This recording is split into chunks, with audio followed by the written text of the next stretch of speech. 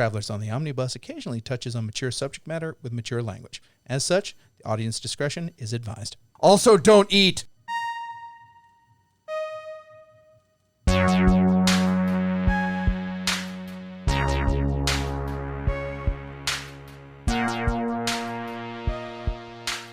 Welcome, everybody, to Travelers on the Omnibus, a field trip through nerd and pop culture. My name is Brady Davis, and I have here with me Jody Kate. I'm Ethan Skinner. I feel like I'm at a corporate retreat. My name is James McCarthy. Hey, don't you just feel excited about that? Hello, welcome to the first breakout session. I think we got a lot of positive energy in the room, ladies and gentlemen. Yes, definitely. Yes. On message. So now we're going to do trust falls. Okay. And then we're going to imbue synergy with trust balls. We have to get ready first, Jay. You can't just fall back. That's how his trust issues go. We're going to do trust falls. Means we're ready to do trust falls. No one was ready. Well, we're kind of Who tied to... paid the price? You're too trusting. We're tied to the table by mics and headphones. I hope your titties fall off. They've already fallen off. Thank you, God. Yeah. All right, good stuff. He thought ahead on that. Yeah. All right, guys. Well, I think that breakout session went pretty well, guys. Oh, yeah, definitely. Yeah. Good stuff. So we're going to everybody's going to share something about themselves. Okay. Tell us one interesting fact about yourself, everybody. At least for what I did this weekend, I went to my buddy Joshua's wedding, and it was an awesome wedding. We danced the time warp at the reception. Hell yeah. It was very awesome. The gifts for everyone who showed up were a little brass keys that are actually bottle openers. And cool. I happened to be a groomsman at the event, and I got a sweet pocket watch with Game Master stenciled on it in brushed That was a sweet aluminum. pocket watch. You It's showed a- it to it's us. very super nice. sweet. Really neat. It's a very nice. So to Josh and Liz, thank you very much. I do not hope it lasts till death do you part. I hope it's for forever and a day. And that's pretty much what I've been doing. To infinity and beyond. And beyond. Congrats to Just made that up. We're How being do y'all sued like by that? Pixar. No, I just made that up. Okay. Oh, thank Yeah. God. It's off the cuff. It's Not crazy. not Yeah. a gimmick infringement. No, not at all. This is not. No property rights have been infringed upon. Yeah. At all. Yeah. So you did anything else interesting, or just that one big That was gigantic event? That was the interesting thing, and everything else is verboten to speak on. Okay, yeah, that's understandable. There you go. Jody, what you been doing? Well, the only thing I really had time for this last week is I watched the second Journey into Darkness on Shudder, which is the documentary on 80s horror films. And in this one, they had Linnea Quigley and Robert Englund and Eli Roth. And Jay, are you okay over there? Okay, so you've told us about other things that happened in this last weekend, and I thought you were going to lead off with that. And I know Journey into Darkness is a very good. And I'm stealing your thunder. I apologize. But I thought you were going to talk about that other thing that happened to you this weekend. Oh, how I almost died on the toilet 9 times in a row. Yeah, that was like that. I apologize. Yeah, this is premium content. Three out of 4 of us somehow miraculously over a period of separate days have had a stomach virus in one way or another. Yeah. And so Really fun. My soul left my body, as to say, if I want to keep it PG. And so anyway, so because I didn't really have much energy to do anything else, I watched Journey into Darkness Part 2.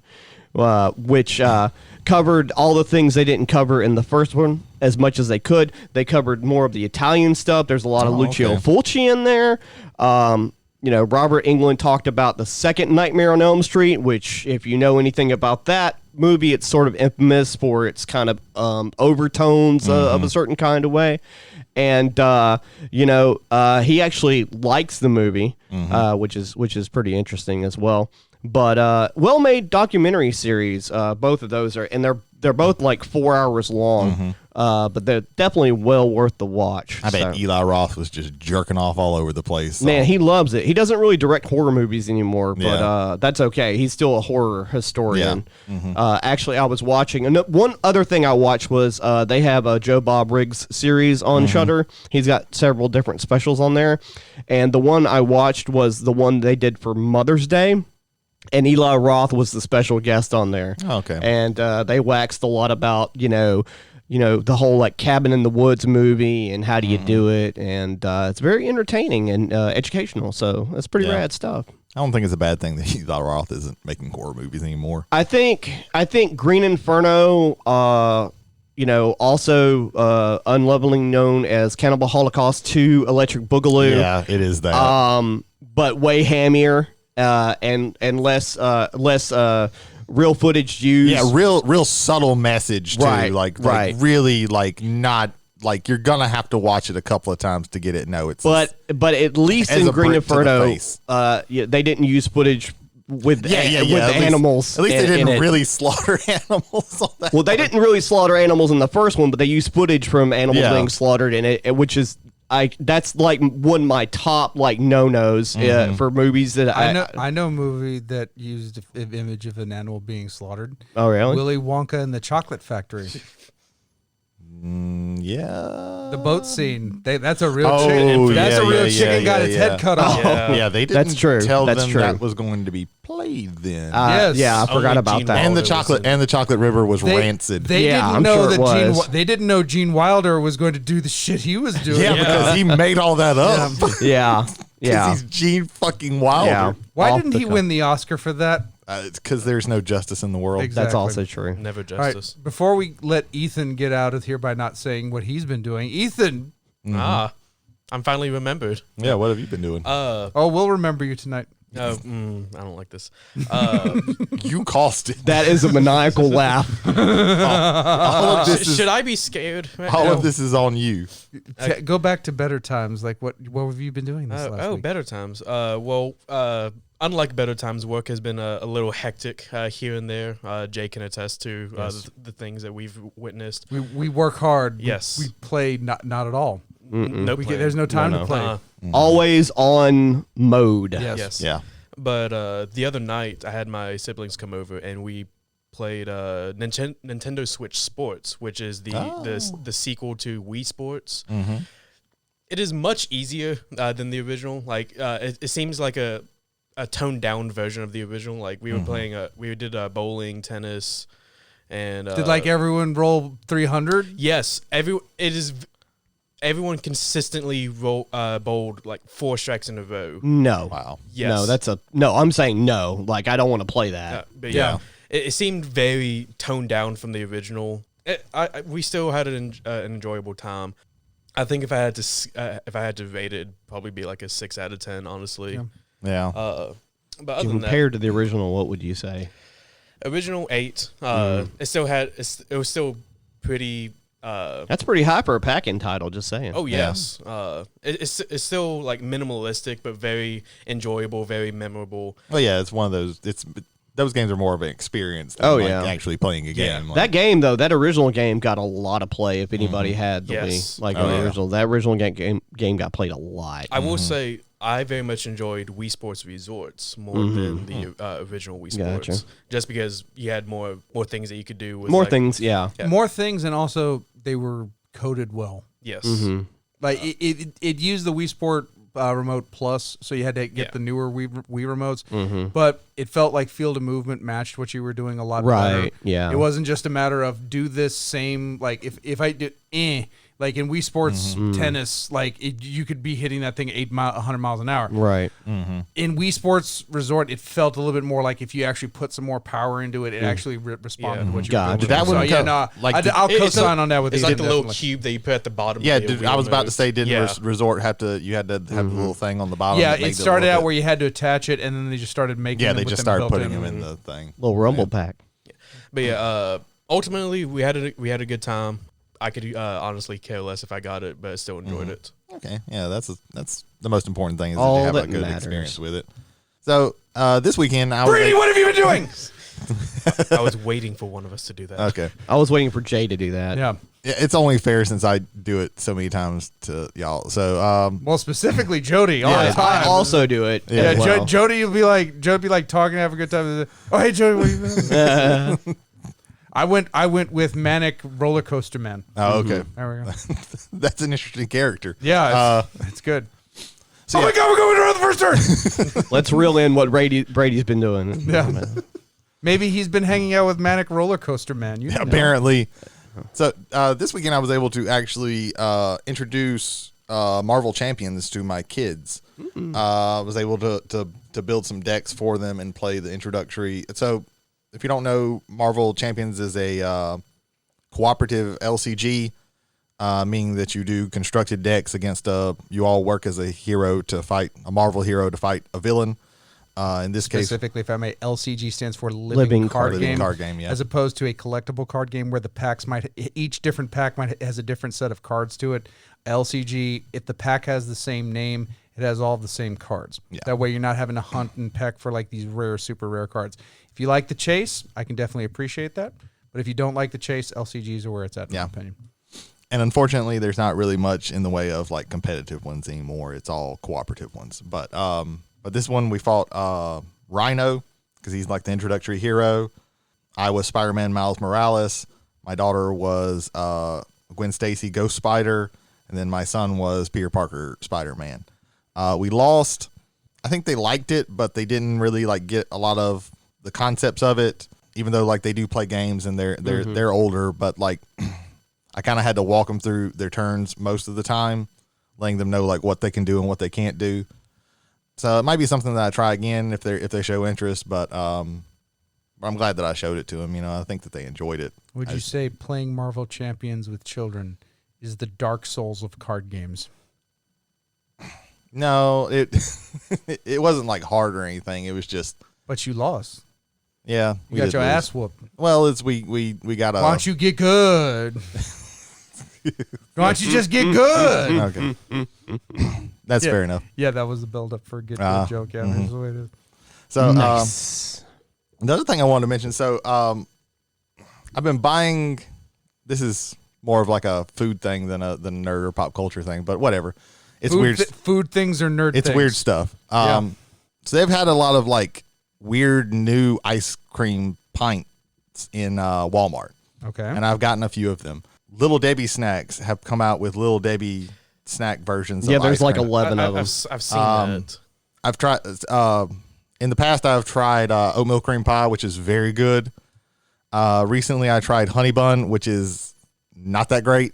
Okay. Pass on that one unless you like really, really like the taste of cinnamon. Because it's heavy, because there's this like chunks of flakes of like cinnamon, and it's very, very strong. I didn't like that one, and I haven't tried these, but there's also this really like fancy brand that has really weird flavors. Okay. One of them is Kraft macaroni and cheese. Ugh. That's a weird flavor for ice cream. Another one is pizza. So pizza can be 8 billion flavers. It just says pizza. Like if I Just open it up, pizza. are there gonna be like chunks of bell pepper in there? Like It might be cheese pizza. I don't know. Wow. It just says pizza. Just and then there's pizza. one of their flavors is actually like Planet Earth. Like it's a lot of like weird. I can't remember what's in that one, but It's just a piece of rock. And I haven't tried it's those. just a frozen rock. I haven't tried those because I know I'm not going to like them, and I refuse to. Like they're really expensive, and I'm not going to pay that much. When I eat Planet Earth, I prefer soft serve. But there's these other ones. But there's these other ones that are they're like country dessert type ones. They're like something delicious or something like that. Okay. I had one that was like a pecan pie. Okay. That one was very, very good. Okay, we're coming back to the real world now. Okay, we're good. The one I bought recently was like it's a caramel pound cake, Oh man. and it's very good, except that when you open it up and pull off the top of it, there is, I am not kidding, like a half inch of just solid caramel in the top. Wow. And I will get sick if I eat on Yeah. it. Right. Like eating a couple of like a few spoonfuls of regular ice cream is With one caramel thing, swirls, yeah. but like just solid, like literally, like I dug it out, like I scraped it off basically because I was like, I will make myself sick, because I am not at the age anymore where I can eat whatever the hell I want and not feel bad in about my brain, it. I'm like, we have to take core That's samples. coming, Ethan. Look forward to that. I'm already there. Ooh, You're already there. that sucks. You haven't had like the 10 years of just cynicism eating. Just No, eating like- garbage and not gaining weight. Like and, like pizza cheesecake. No, let me make it hurt even worse. At one time in the late 80s to early 90s, Keebler Elbs made chips. They made all kinds of chips. And then when Keebler was acquired by, I can't remember who, Frito-Lay or somebody, they decided to stop making the chips. And one of the chips they used to make was called Pizzerias. And there were 3 flavors. And they were actually nominated as the top fucking selling chip of the year 3 years in a row. And then when they were acquired by another company, we're not making these anymore. I think I remember pizzerias. Jody is very passionate about this. They had cheese, pepperoni, and a supreme-ish kind of thing. Free the pizzerias. Dude, pizzeria. There's actually fan groups on Facebook with like 6,000 people on it petitioning to get pizzerias made again. These fucking companies can bring back 3D Doritos, but they can't bring back that shit. Planner still makes cheese balls. Okay, so here's my headcanon. About a week ago, Jody's on eBay, right? Okay, Jody's on eBay. And he's looking up pizzerias. Found a bag of pizzerias on eBay. Bought that. Delivery. Delivery's guaranteed with eBay. Thank you, eBay. It's like, pizzeria's like, I'm just going to keep that on. I'm going to keep on that mantle as a reminder of days gone by. And then every day, them pizzerias were like, eat us. Or he could have watched a top 15 discontinued snacks that are really popular when they were discontinued on YouTube. And then he by Mashed.com. And then he ate those pizzerias. And he contracted shit debt. Shit debt. He brought it back. He brought it back. He brought it back. Okay. We've Sherlock Holmes this shit. Nice. There we go. Nice. You are the reason for your own poisoning. You've untangled the web of shit. There we go. There we go. It was. Ooh, it's a web. Good. It's a web. That's the worst spider. Yeah, that's a shit. I spider apologize jar. for anybody who was eating while they were listening to this. Yeah. I apologize to spiders who don't shit their webs. They just create beautiful spider silk, which can be used in spells in Ultima. Yeah, Jay, just put a disclaimer at the beginning of this to not eat beforehand. Bet. We got this. We got this. Okay. So, if you were wondering why the disclaimer this week was, the whole audience discretion and also don't eat, just me just going also don't eat. That sounds good. You go. The title could, at the start after you have the title for the overhead for the show. We warned them enough. Yeah, no. Enough. The boys really talk shit today, and we'll you can go into the We can I can maybe make that surreptitious. Right. Okay. Right. So I think we've achieved very many things here. Yes. We've done a lot. Thank you. This concludes our food portion of the Travelers Only. Normally we don't eat on the bus. I've heard the Nutty Buddy ice cream is really good. I only like peanut butter and certain those are the honey bun and the oatmeal cream pie. Those are the only two of those that I would like to try because I don't like chocolate in certain situations and peanut butter in certain situations. The Nutty Buddy is very subtle compared to the honey bun. Yeah, that you're talking. The oatmeal one is pretty subtle too. But there's like 11 of them though. Yeah, I found more when I went to another Walmart or something like that. But yeah, so there you go.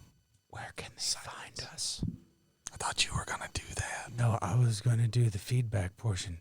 You asked me specifically where they can find us, so I thought you were going to do it. Oh, I'm sorry. It's okay. It's my bad. If we whisper, they can't hear it. Guys, this is my first time. I'm sorry.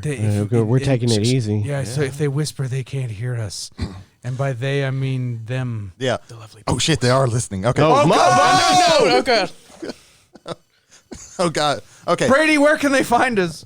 Yeah, so you can find us on Anchor FM, Spotify, Apple Music, Google Podcasts. We are also have an Instagram, and you can contact us on email at travelersontheomnibus@gmail.com. Excellent, very good. Where you can give us feedback and different kinds of things. Yes. Do we have any feedback today, Jay? We have absolutely no feedback. We have no feedback. Week. Good. We've had 2 weeks worth of good feedback, and then we had to take a break. That's okay. Yeah. I'm okay they get tired from giving all the feedback. It's constructive criticism is it's a lot sometimes. Also, I'll take deconstructive criticism. If it's hot enough. Yeah. Yeah.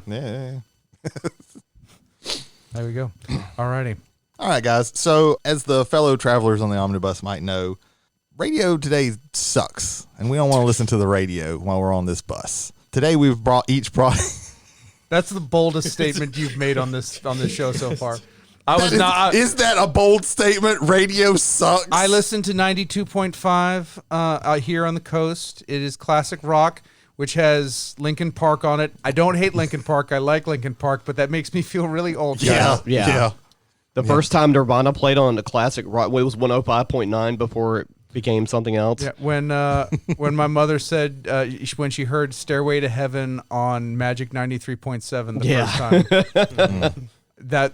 Magic 93.7 for people not on the Mississippi Gulf Coast, that is our mellow rock station. It was a weird transition though when I heard Nirvana for the first time because CPR never stopped playing it, so it went from it never stopped. Yeah. So there CPR, which is our all rock, like classic shit. In all points in between, it's on 97.9 CPR. So yeah.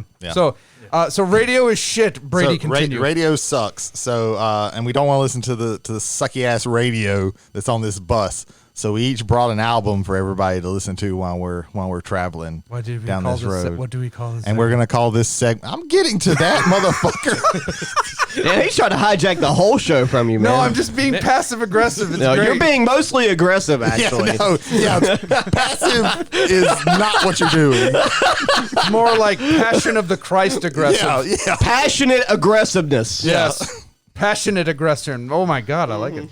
And this segment that we're gonna call Travelers on the Omnibus Mixtape. All right. Volume 1. Volume 1. Because apparently that's a cool thing to do nowadays. Yeah. We're riding that Marvel coattails. Hell guys. yeah. It worked for James Gunn. Yeah. They gave him a second movie. Yeah. And a third one.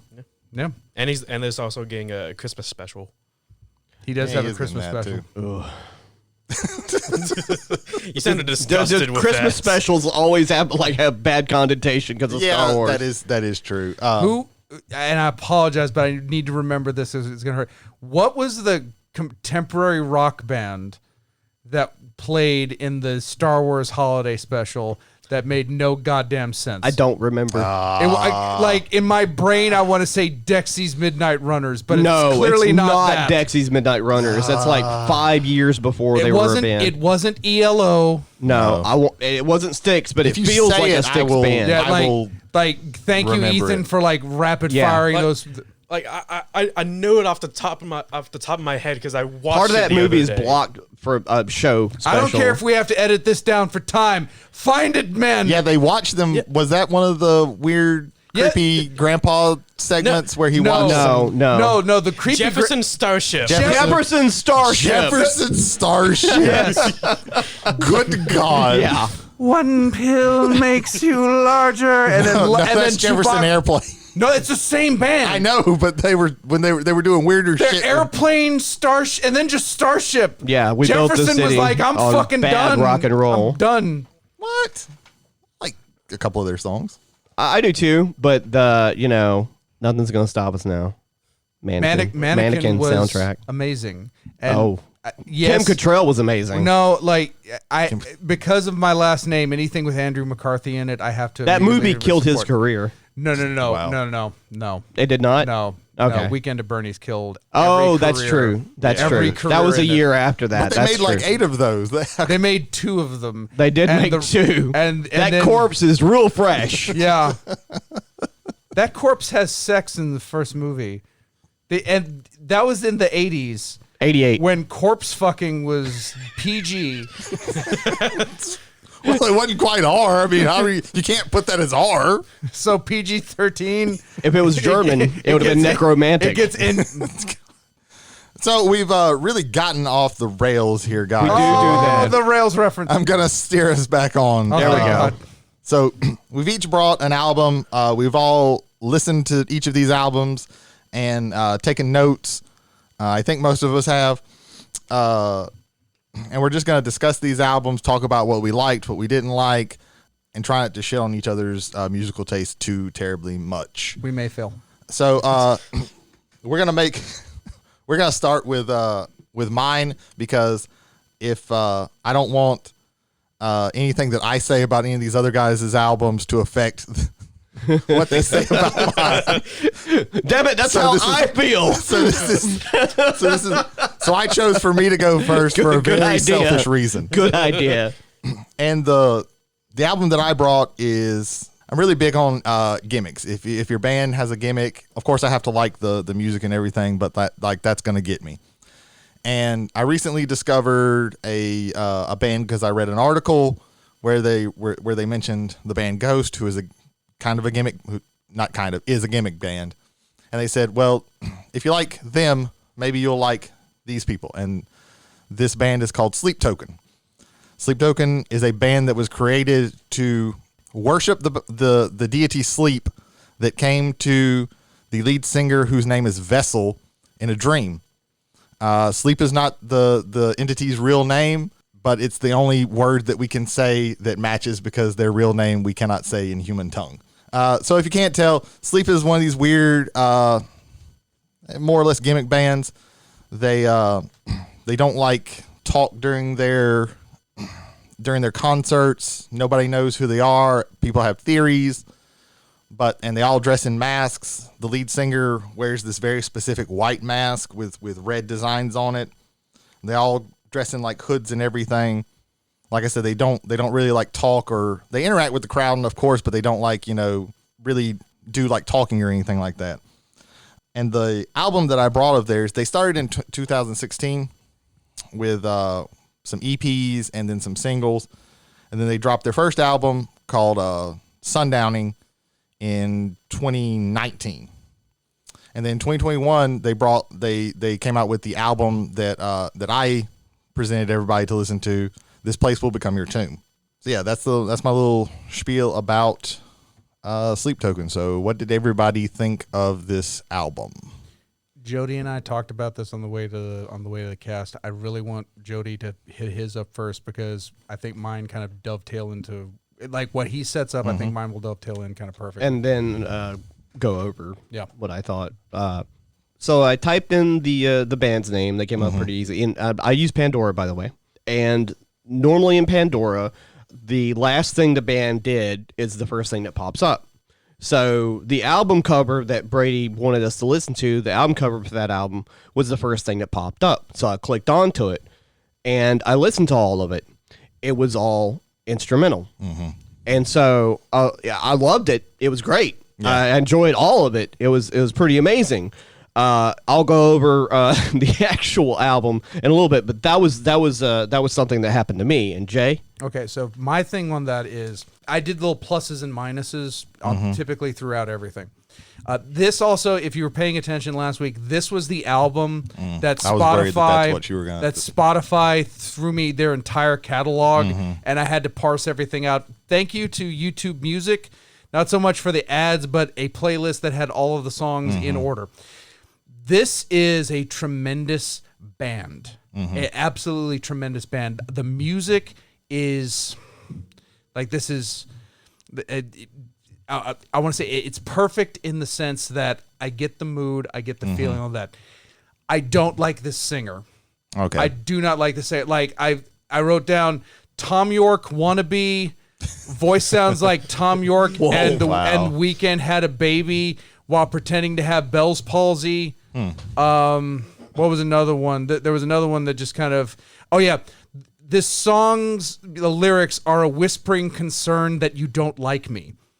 And it distracted me from the absolute gorgeous me. I wish I had had the happy accident that Jody had where I just heard the music, because this music is haunting. Right. It is piercing. It is amazing. So the vocals don't match up with the song. Let me since I did have that experience, I have the knowledge of being able to base how I felt about the vocals and everything.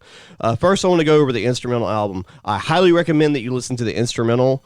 If somehow the vocals don't like hit you in the right way, the album starts with what seems like a very, if you familiar with any like really good pianist from like back in the day, like Tori Amos or something like that. Yeah, the song is called Atlantic. Yeah, it kind of gave me some Tori Amos vibes. It's a great like. As just music, it was a great concept. It was like because through the tracks, within the tracks themselves, there was a build up, and then it would either lead into the next song, or there would be like a build up and a payoff on the same song. there's a lot of their songs that are that. Right. So probably all the way up until Distraction, which is like the 8th track, which I think in just the instrumentals, Alkaline was like the finish there for like the first 7 tracks. I literally my notes for Alkaline, Brady. Just my notes for Alkaline. And just Band. I will say, like, they are phenomenal. Amazing. Yeah. They're phenomenal. Right. Band. The drummer is spectacular. My favorite songs on the instrumental was The Love That You Want, or The Love You Want, and Distraction. Those were like my favorite 2 songs on the whole entire album. Okay. But I liked all the instrumental tracks as a whole. I didn't find there was any weak tracks. Now, I had to listen to the album again. Yeah. I do apologize for that. I should have. I'm glad you thought didn't. of that. I'm glad you didn't, because now I had this experience, and I'm actually able to. Because this is something I would listen to playing video games, reading, anything like that. It was great. I zoned out sometimes. Yeah. Which is why I wanted to listen to the instrumental album one more time. This may sound disrespectful. Yeah, go ahead. I mean, this is perfect if you're a Twitch streamer and you're doing like a just chatting stream. I would like this in the background playing because you can, if you don't like what they're talking about, you can focus on good music. If you're listening to what they're talking about, it doesn't get in the way of what they're talking There's about. good but atmosphere and it's there. ambiance. Yeah. Now, when I listened to it, I wasn't put off completely at first by the vocalist. He has an unusual voice. I was put off by the addition of added effects to the vocals. Yeah. Not auto-tune per se, but doubling effects. There are a lot of times there will be no effects, but then because they are at times very electronic. They have a thing where through most of their songs there's something like either like a piano chord or like some sound that's repeating throughout the entire track. There were a few songs that were some just electronic sound. Right. There were a few songs that had like no guitars in them. Yeah, and then there's some songs that get heavy as fuck. Right. And as a whole, I have to agree with Jay on some aspects of the vocal. I couldn't get into the vocalist just because I have specific tastes when it comes to that. Yeah. I'm not saying it's bad. Of course, everything that we're saying is all subjective and personal opinion. But I would go back to listen to the instrumental myself, but I don't think I'd go back to listen to the Ethan, album. how did you feel about the album? I'd say of the 3 albums I listened to, I actually liked this the most. Okay. Like, it's very similar to a lot of. Finally, someone with no. Never mind. I'm not finishing that. Finish it, goddammit. No, because of things that are going to be said later. It's very similar to a lot of the stuff that I listen to.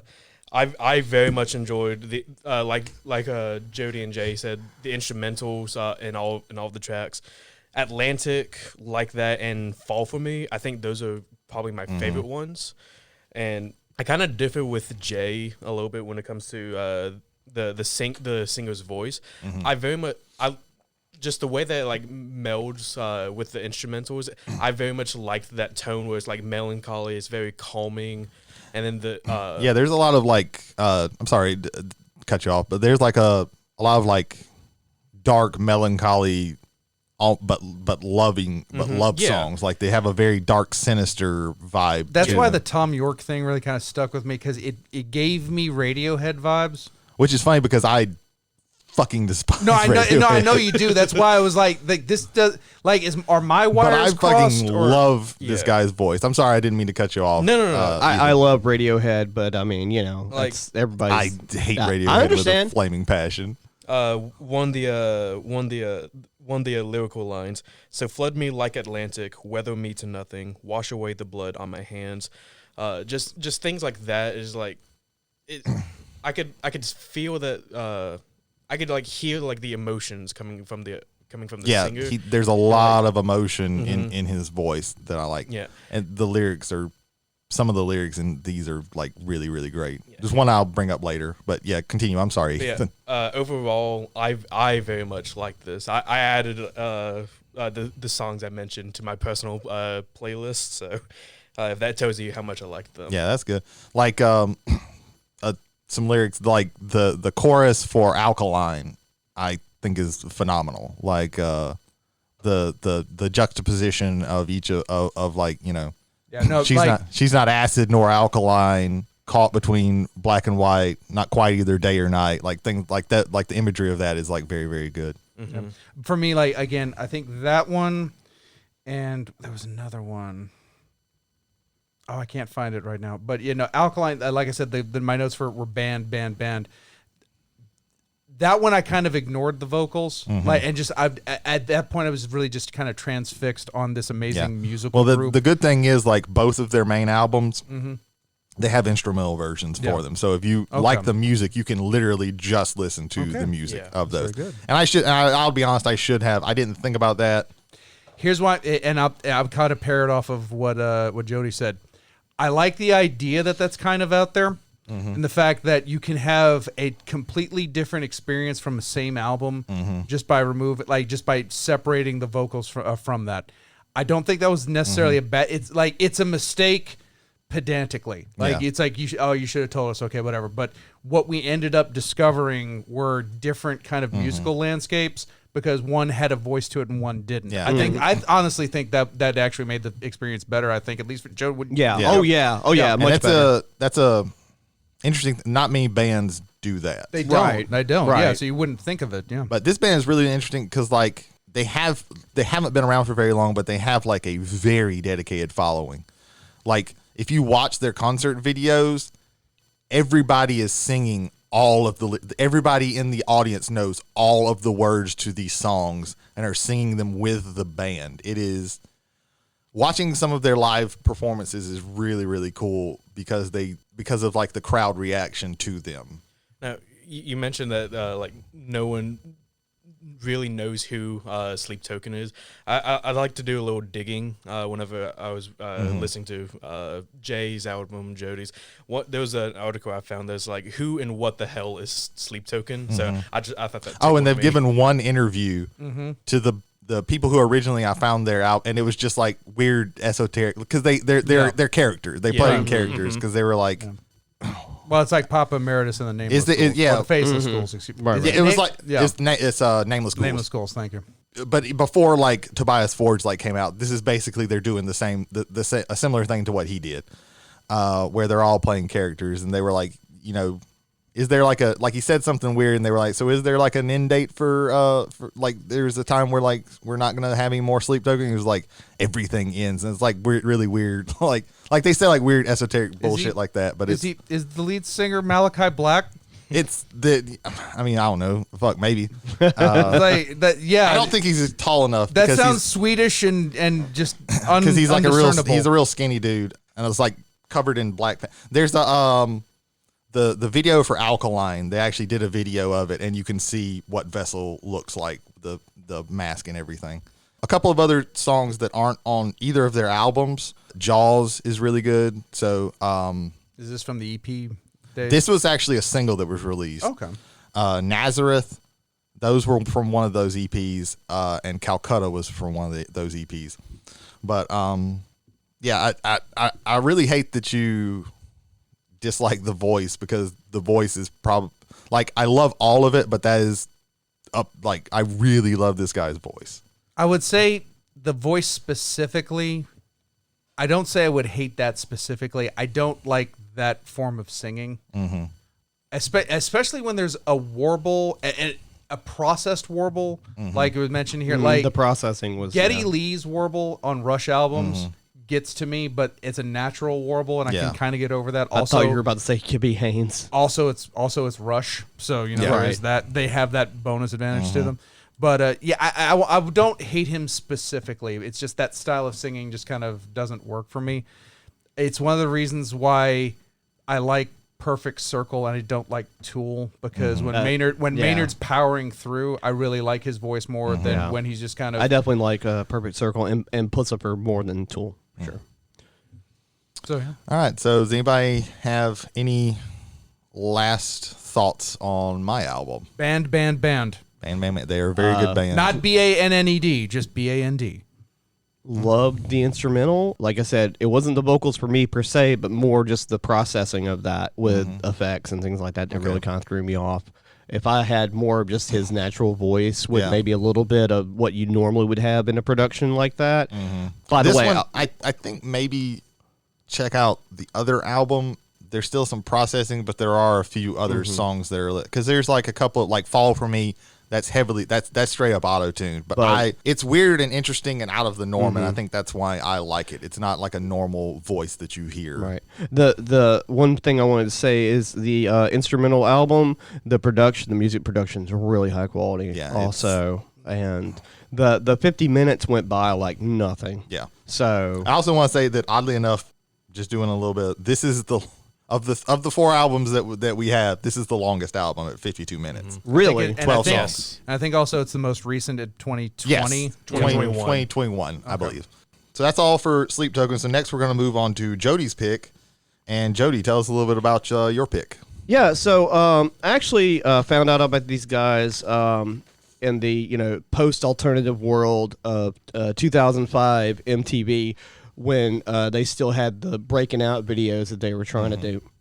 In fact, this is about the same time I found out about the Dresden Dolls and the Unicorns. They would show these random like alternative bands, but they would only give them like a short run, and it would normally be like during the daytime, but they wouldn't be on heavy rotation. MTV used to be a music channel that actually showed music videos. More about that later. The M was not just a letter. Yeah. Right. But anyway, The Secret Machines, 10 Silver Drops is the name of the album. The Secret Machines is a band that was founded by Brandon and Benjamin Curtis, who are from Dallas, Texas. They were in a lot of bands. They were actually at one point in Tripping Daisy, which was fronted by, I cannot remember the lead singer's name, but he went on to form the Polyphonic Spree. Okay. So the band that looks like a cult. Yeah, right. Or the cult that is a band. Right. We don't know. So 6 in one hand, half a dozen in the other. Right. So the Secret Machines, they started in the early 2000s. They have about three albums and 3 EPs. At first, I wanted you guys to listen to their first album, Now Here Is Nowhere, which is their first album. It's also a concept album. But I decided to go with 10 Silver Drops because their second album was a little bit more fleshed out and had a little bit more consistency with it. And I want to go over one thing real quick before I pass it on to you. I want to say real quick, where is it at? It doesn't seem at first, but 10 Silver Drops is actually a concept album. It's a concept album about love, loss, and love again. But Okay, yeah, I get that. the beginning is about losing love, and then the ending is about trying to find it. The middle, though, it feels sort of disjointed, especially when there's like one track. It's sort of like not comparing albums, but David Bowie, Ziggy Stardust, and Spiders from Mars. There's tracks on the album that are not part of the concept album. Okay. So I'm going to go over the tracks first, real quick. Okay. So Alone, Jealous, and Stoned is about, losing somebody that you love and always waiting for them to call you back, but never putting the effort in to try and get them back.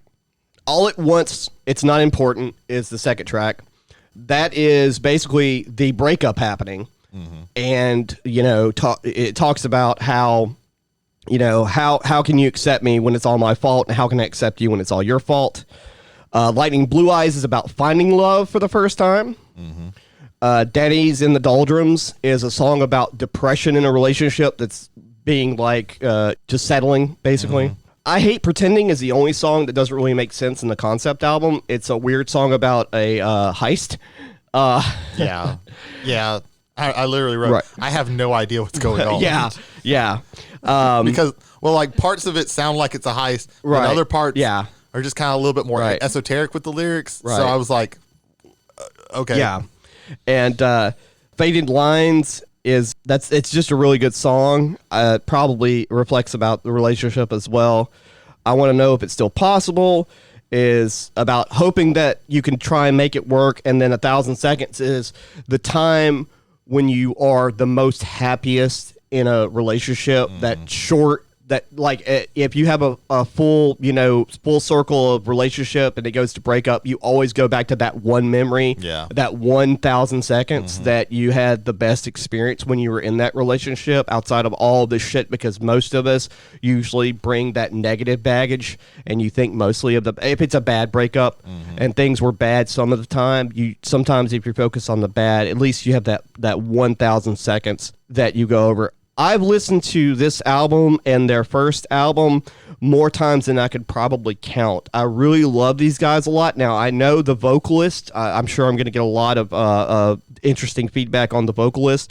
It's not going to be everybody's cup of tea, but I will say this.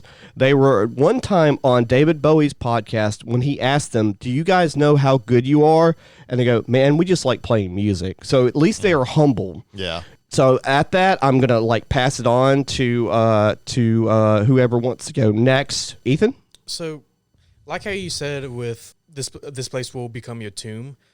I very much enjoyed the instrumental with this album more than the lyrics. Yeah, the music's really good. Alone, Jealous, and Stoned all at once. Lightning Blue Eyes.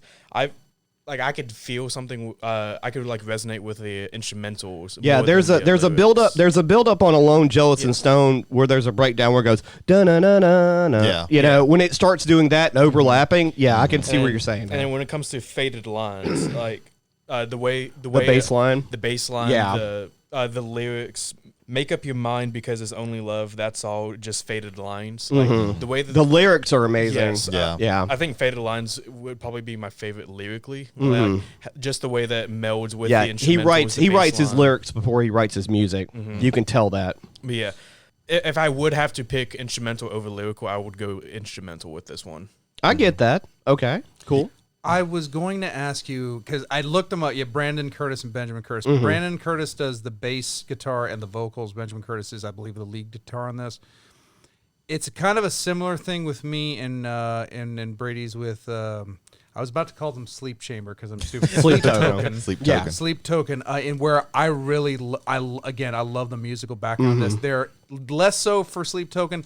The vocals kind of take me out of it every so often. Like Alone, Jealous, and Stoned, I literally have. Plus guitar, like all the guitar, yes, right. Minus vocalist, right? Like, I will be honest. Like on that first song, he almost lost me with his voice. Like I did not like it at all. And it's a 9-minute song. Yeah. Like, and it surprised me they were from Texas because this entire album to me, reeked is kind of a strong. It just kind of had this feeling of English. Yeah. There's UK, a lot of. There's literally put. Are they British? There's a lot of prog and space rock influence.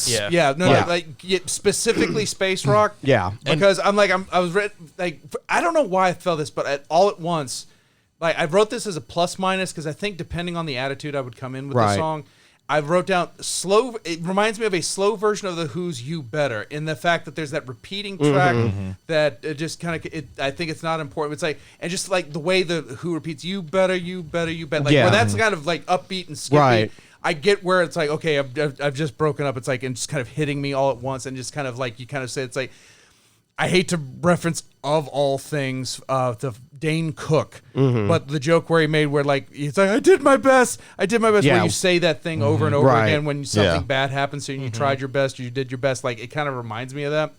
But but like throughout all of it, like again, what did you think about Lightning Blue Eyes? Upbeat, reminded me of early Smashing Pumpkins songs where it's like it's just like okay, this is like I wrote down this one was a drive-by. That's again, the banger probably out of the whole album. 1, 2, 3, 4, 5, 6 of the 8 songs on this album I have plus guitar. The guitar work on this album is phenomenal. Right, it's very solid. The vocalist is also the keyboardist as well. Okay, so he does bass, vocals, and the keyboard. Recording. The name of the band is called The Secret Machines is because they went on tour. They had session musicians play the extra instruments. Okay, that makes more sense. This is a nitpick. Yeah. This is an absolute nitpick. Right. 10 silver drops. Yes. There are 8 songs on this album. Yeah. I noticed that. Please call it 8. It just again complete nitpick. This is just something that kind of curled up underneath my brain, and I'm like, where are the other 2 drops? Are those the secret machines? Or what are we doing there? Right. But yeah.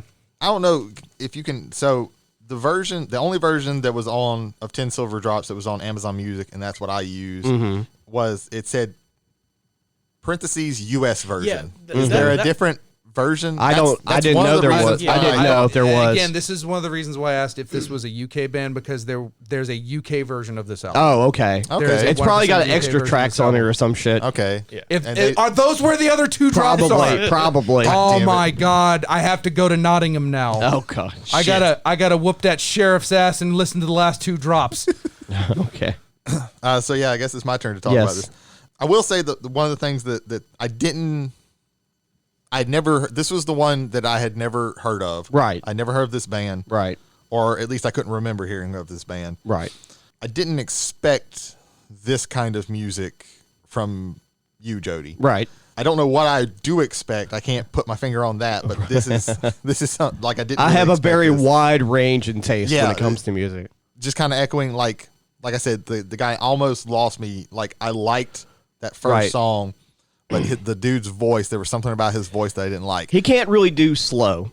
Yeah, I mean, like, that's what gets for me. The what gets me is the lyrics and the music, and his voice kind of guides me there. See, I didn't mind, and because we talk about slow, "Daddy's in the Doldrums." Yeah, I don't have a negative for his. "Daddy's in the Doldrum" was my favorite song on this, and of everything that I listened, that was my favorite. I fucking loved that song. That reverb they put in the bass. Oh my God, that was dirty, filthy fucking bass. Super. Daddy's in the doldrums, and Mama wants to dance. See, I thought this was more of a drug album, going through and coming out of drugs. Some of the cadence on "Days in the Doldrum" felt like "Ghost of Tom Joad." If you've ever listened, there's a part in there where I was like, there was a lot on this album that felt similar to other things, but I couldn't put my finger on it. Right. Like I have one track number 7. I'm sorry I didn't write down like the names of any of these tracks. Some of them I remember, some of them I don't. I want to know if it's still possible. There's a little I put like, this sounds a little bit like the Beatles. That's another reason why I thought that they were a British band. Right. Yeah, the music is very, very good. I liked, some of the guitar when it got real fuzzy and everything like that. Track number 5 started with a drum solo, which was really cool. The drummer's pretty good on this. Some of the lyrics were a little bit awkward to me. Like I liked most of the 1,000-second songs, but there's one part towards the end where he does like some where he says like some awkward phrasing at the end where he talks about 1,000 seconds or something like that. It was very awkwardly spaced, and I was like, oh man, you almost had it. Had this, but like, and for each of these, I put like a best and what I liked the best and what I didn't like. Gotcha. And for me, of course, "Days in the Doldrums," like that was a phenomenal song. Like that I might actually add to my like music. Oh, nice. Awesome. On my Amazon app. But I really did like the first one was Alone, something in Stone. Alone, Jealous and Stone. Alone, Jealous and Stone. His voice didn't, and I think like I liked this, but it didn't really grab me. And maybe if I go back, because sometimes when I go back and like re-listen, like when I first listened to Sleep Token, I didn't really like them, but when I went back and like listened to them again and gave them another chance, like I was like, oh my God, like I got obsessed with them. Maybe that'll happen with this, but there's something like this kind of feels like, and I don't even know because I don't listen to it a whole lot, but like kind of like there's some like maybe, and if I'm wrong with this, please shout me out, but I don't think like some Death Cab for Cutie or like Decemberist type stuff. I can get the Decemberists a little bit. Maybe I can get that a little bit. Again, it's just maybe it's not necessarily like just the sound, but the vibe that those bands get, and that's not really my bag. No, I understand. But for me, it felt like a pull from British. Like I mentioned the Who earlier, and All at Once. Daddy's in the Doldrums, I got Rolling Stone vibes. Yeah. They're very psychedelic rock, very prog rock, very space rock. Thousands, which I will say, the album lost me in the last 2. And particularly, and I say this, if I'm ever thinking about Pink Floyd and you're not Pink Floyd, I start not feeling good about you. I hear you. Because when I think of especially 70s prog rock era and especially concept albums, that's the tip of the mountain. That is the absolute tip of the mountain. And I would rather they shot far and fell short. Like falling short of Pink Floyd is not a hard thing to do. Maybe I should have went with their freshman album instead of the sophomore. But I don't know. you Like, I will say, there's like, I like quality in this. this. There's I like quality in this. this. It's just for me, like Right. towards the end. Right. I started Of the 3 albums I losing it. listened to, this was my favorite. Oh, well, thanks. I'm definitely gonna listen to Days in the Doldrums again because that's a really fucking good song. You should at least check out the track from the first album, Nowhere Again. Nowhere Again. Nowhere Again. It's check pretty, that one out. Yeah, it's pretty good. And I might give this album another listen. I would almost somewhere rather down you the listen road. to the first album instead, and just I might listen to and, that. and have And then some maybe sort of maybe come back to this Yeah. and see what that kind of informs you on. Maybe. Yeah. Yeah, I might do that. But yeah, I'm glad you guys got something out of it. Ethan, do you have anything else to add on the Secret Machines? Unfortunately, real quick, the other brother left after the third album, not the singer, but the guy who was playing guitar, to be in another band called the Seven Silver Bells, and unfortunately passed away with cancer a few years after that. God bless. And so his brother, out of respect, stopped the band for a really long time, and then got back with the drummer, did some solo stuff with him. But Stars is really good. That sucks. yeah, it really does. It really does. But yeah, that's the Secret Machines. So Very, very solid album. Yes. All right. yeah. So next we're gonna do Jay's album. So Jay, tell us about a Meatloaf, Bad Out of Hell. So yes, I went completely basic bitch and picked my favorite album of all time, 1977's "Bat Out of Hell" from Epic Records, produced by Todd Rundgren, completely written by the immortal Jim Steinman, even though he has passed on, and sung by the immortal Meatloaf, even though he has also passed on as well. It was based off of a rock opera that Steinman was working on called Neverland, which is going to be a futuristic version of Peter Pan. Okay, that makes Yeah. knowing it was a rock opera, that makes a lot of There sense.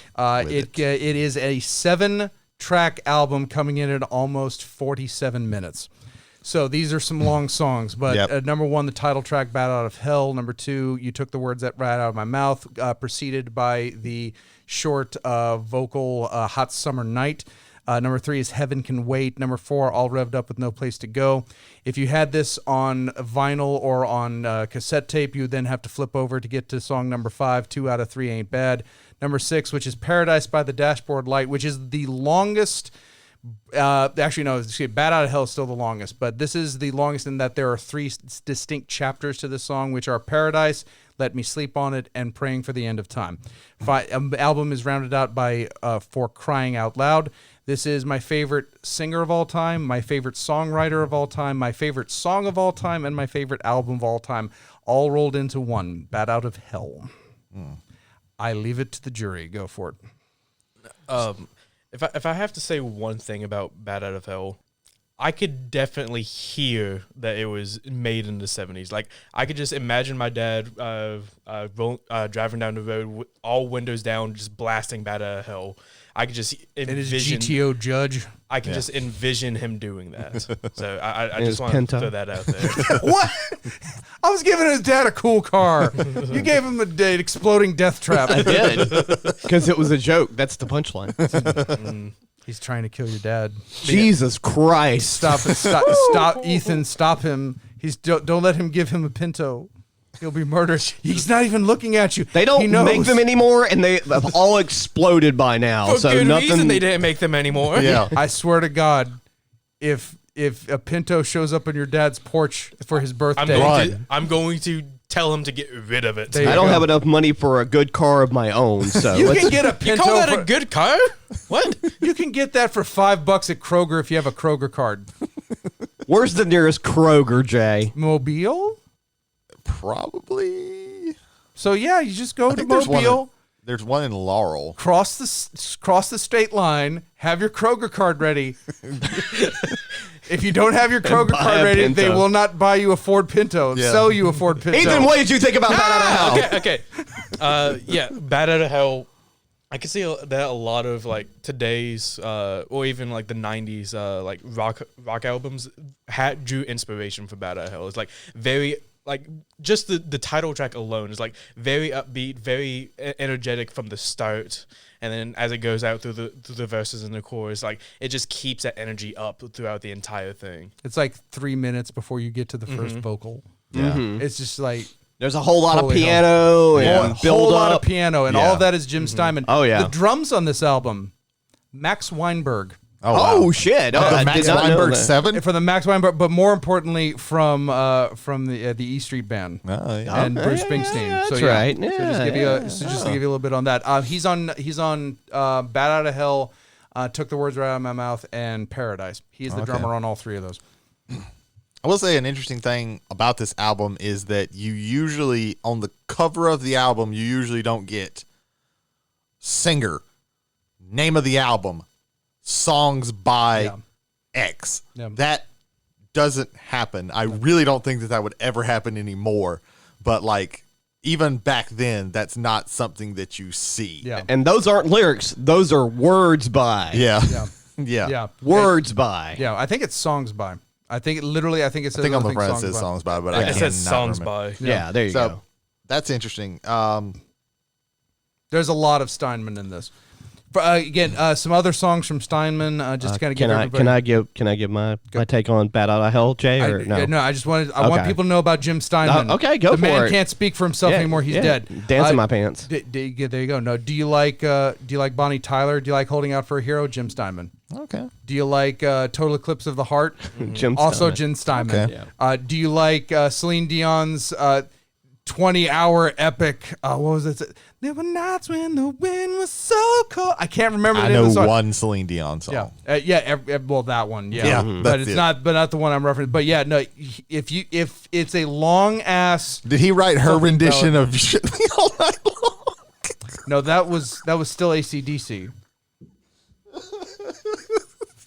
See, I just wanted to inform people.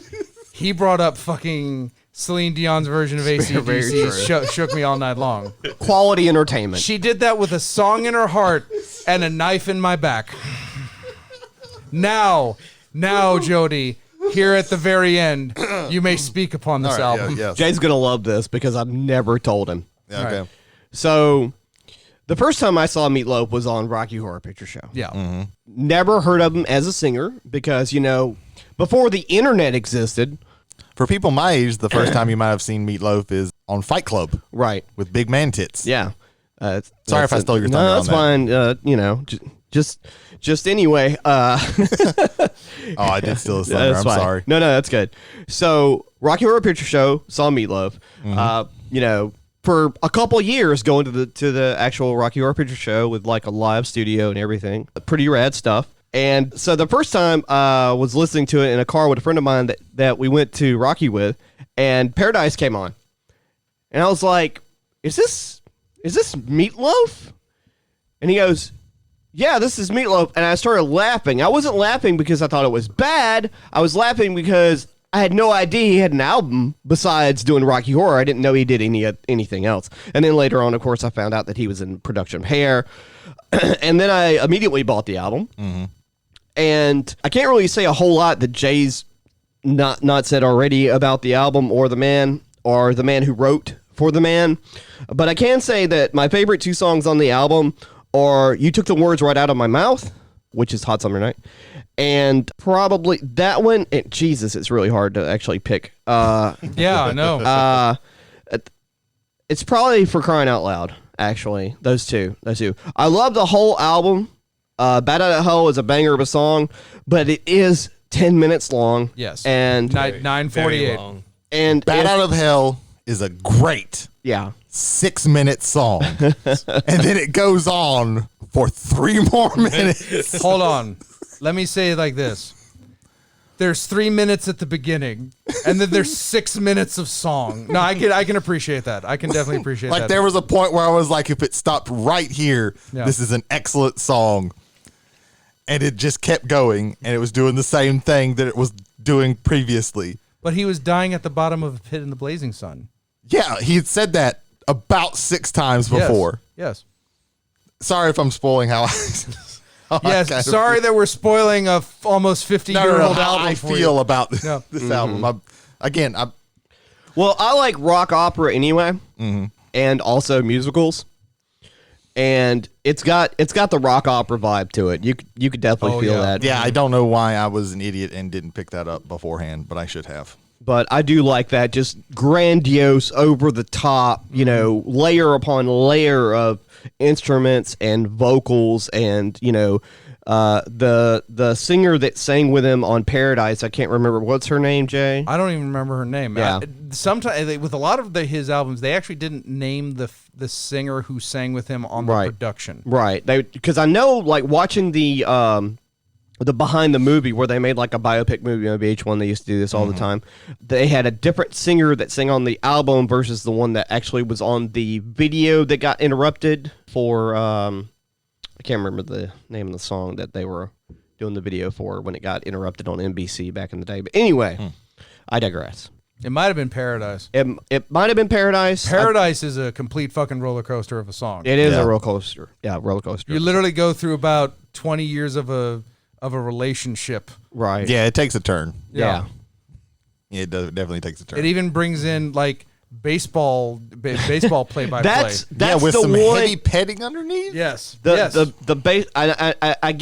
I get it, but the baseball gimmick is the only thing that really like pulls me out of that song every time. I can't. It is a bit much. I can't. Like, it's just too goofy. But I love the whole thing anyway, just because. Yeah. Because I like camp, and it's super campy. It is that. So you mentioned For Crying Out Loud. Mm-hmm. If there is one part of this album that kind of throws me off every time, is there is a line in For Crying Out Loud, and it is, "And can't you see my faded Levi's bursting apart?" Fucking put that down. And yes, I was like, what the fuck is he talking about? He's talking about having a boner. Is he talking about his boner? he's talking about boner sex. Okay. He's talking about being sexually aroused. And to me, that's one of the dumbest lines That is in the okay, history. I'm glad. Hang on. However, do you know who didn't feel that way? Jim Steinman, who said of that line, "That is my favorite line in all of the album." What the fuck He was a is this weird from? fucker. Jim He was Steinman, weird I as love fuck. Jim Steinman to death. I love him too, but he was weird as That fuck. had a lot of like the chilly California wind. I was like, where the fuck is the wind chilly in California? Oh, like off of some of the mountains, like in the morning. I Yeah, guess no, so, it can't. Like, But, it's like, San Francisco, yeah, That's specifically. but I guess maybe it's from a 2022 lens of California constantly being on fire. Yeah, nobody thinks chilly and California in the same like. If I think context. chili, I think Texas. I think it never Because rains of in actual California. chili in Con Carne. Yeah. Well, I mean that is true as well. It's a song. So I'm gonna be the kind of the fly in the ointment in this. Okay, that's Are fine. you? I Go didn't for it. hate this album, Okay. I invoke something. I invoke dissertation. I want like 6 minutes of nonstop like explanation of I'm the not gonna history. be super. I'll let you. You're the host. You go with your hostly duties. No, I'm not. I demand a paper chase just from the bully pulpit of why I'm a moron. No. I'm Sitting not in saying the you're a church. moron. There I'm you not go. saying like I'm not here to yuck anybody's yum. Like what you like. This ain't for me. It's all personal opinions. Was that a sex reference? Yucking somebody's yum? Hell yeah. Take it how you want. Okay. Knowing that it's if it's not obvious, I didn't do any research for anybody's albums for this. I just listened to the album, wrote my notes, and that's all I That's want. enough research. That's enough. That's a very emotional and and again, music is meant to move emotion. So yeah, no, that's So I didn't, quite all right. I didn't know much about this album because I'm just not a big Meatloaf fan. Knowing that it was originally a rock opera, that makes a lot of sense because this is saturated with melodrama and bombast. It is over the top, but I feel like a lot of the songs I would have liked them shorter. I don't mind long songs. I'm perfectly okay with long songs, but you got to like change shit up. Like I said, Bad Out of Hell is a great 6-ish minute song, and then it goes on for even longer than that. But I did really like the song that I liked the best was Paradise by the Dashboard Light, which is a very long song about teenagers fucking. Yes.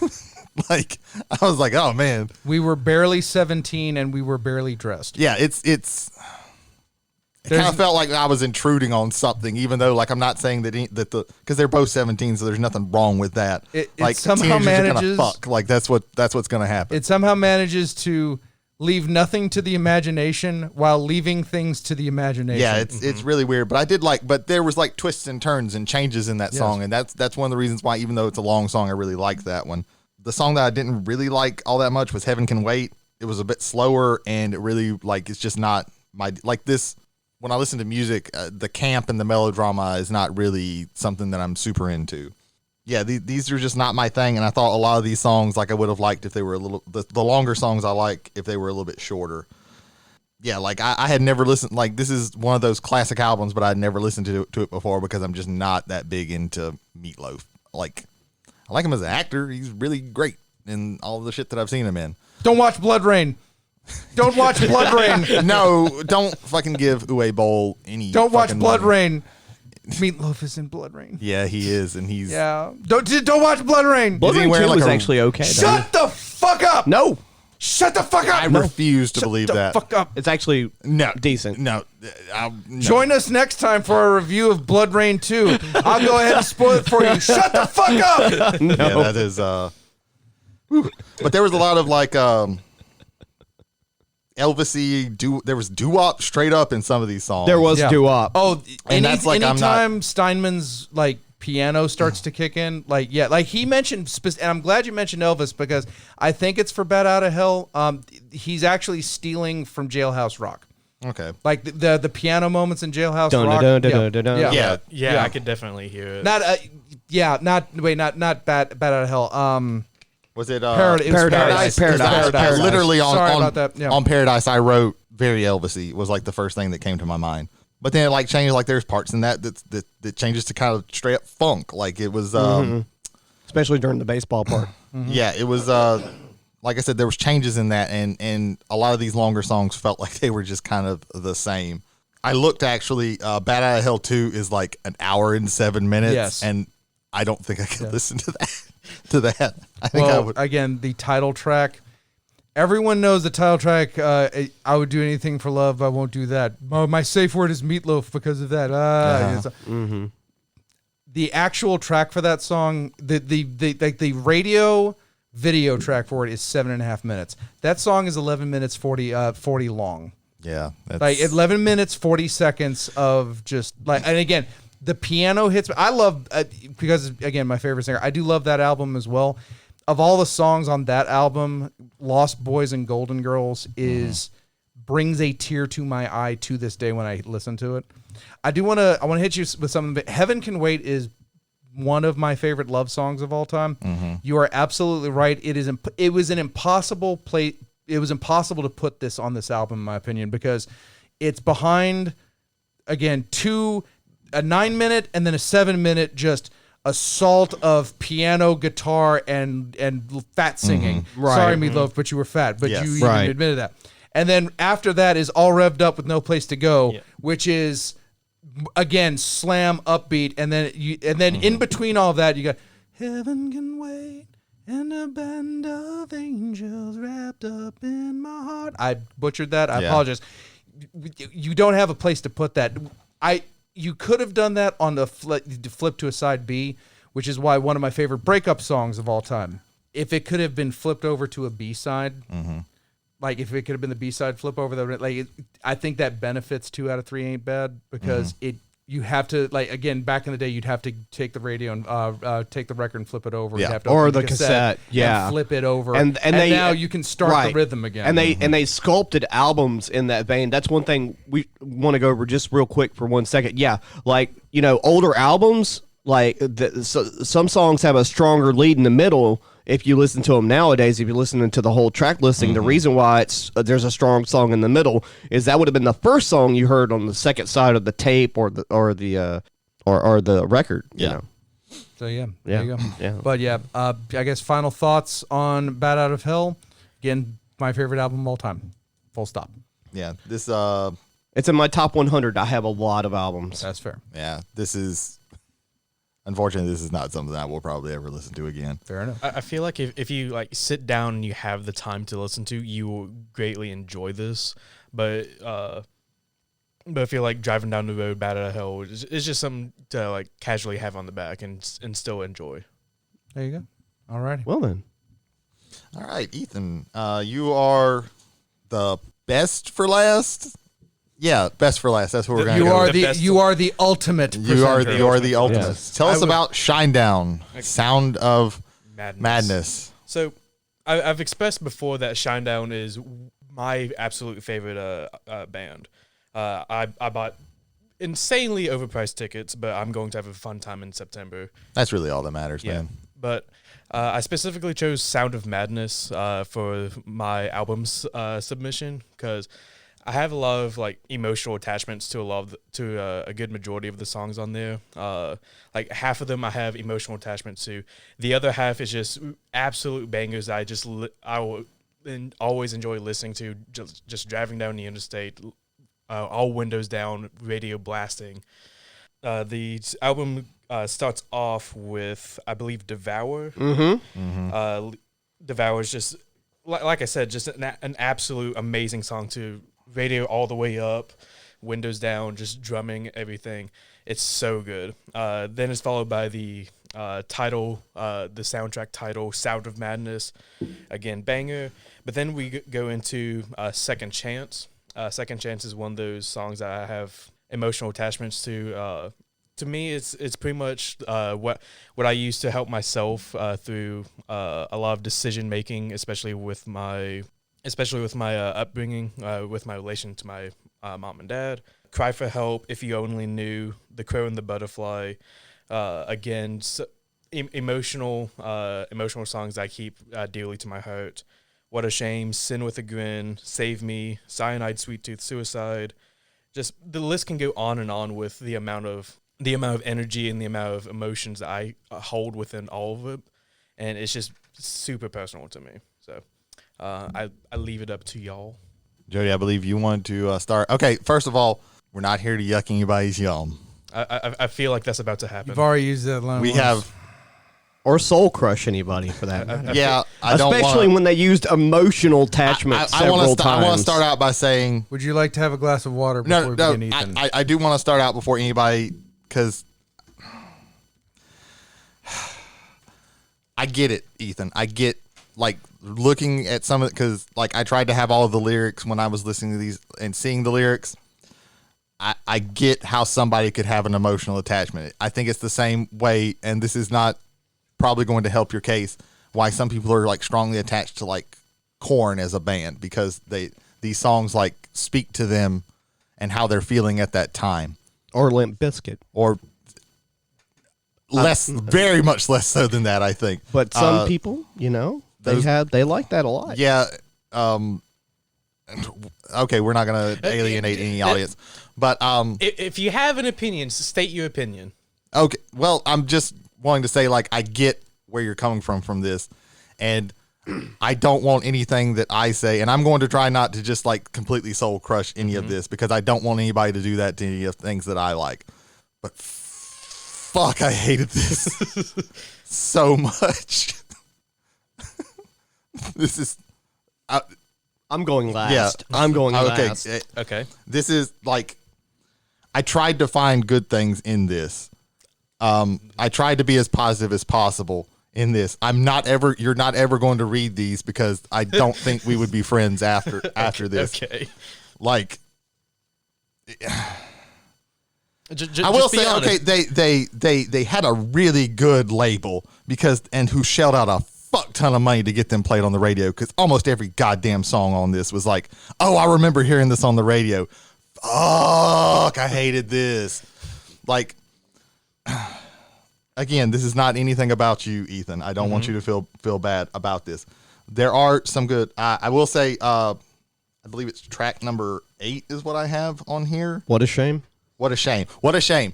That, I think, is a decent song. Yes. If somebody played that song from, like, if somebody, like, had the auxiliary cord in the car and played this song, I wouldn't want to strangle them. And that is pretty high praise for most of how I feel about this album. I'm trying not to be too mean, I promise. Too mad. No, listen to him. We're all about honesty here, right? So one thing I do want to say is I come from, like, I was in high school when this band started. Sound of Madness was a little bit after I was Sound in of high Madness came out in 2008. 2008. I was out of high school for a little bit, but their first album came out while I was in high school. 2001. Yeah, 2001. Are you sure? Yes. Maybe was it their whichever song had the fucking Leonard Skinner song on it? You're talking about. That had to be 2005 because that was 2004, 2005 because that was my senior year. Y'all kibitz, I will on buds. Leave with a Whisper was their first album in 2003, and then Us and Them in 2005. Okay, it was that one. It wasn't their first album. It was just the first time that anybody had really heard of Shinedown. This was like this kind of like post grunge type music was really a lot of music that I was into at this time. I'm not into it now, obviously, and I'm gonna to make you feel better and to probably draw a little bit of ire to me. My favorite band used to be Creed. I'm not proud of that fact. And yet you stated it. Yes. Okay. I'm not proud of it, but I admit that it is a part of me. Okay? I do not like them now. I think that they're a garbage band. Scott Stapp is a piece of shit and can rot in hell. I think Mark Tremonti is good. Alter Bridge is good. So, which is basically all of the members of Creed except Scott Stapp. yeah, so there was one specific flaw in the band Creed, and it was named Scott Stapp. I used to love Stryper. Okay, all right, yeah, that Is this an intervention? this might Are be we now in an intervention right now? all that to say this Shinedown. This That's in my Shinedown. That's in my wheelhouse of This what I Bob- liked this at that Bob time. Shinedown. Uh-huh. And It's even Bill Bob Shinedown. Bob and Billy And Shinedown. even at that time, I did not like Shinedown. Both of the songs that were off that the Leonard Skinner cover, I think part of it was because I really just don't like that song. Leonard Skinner has better songs. And the other song that they had, I can't even remember. I did not like those songs at all. And it just got worse. I think a lot of this is these songs were played so fucking much on the radio.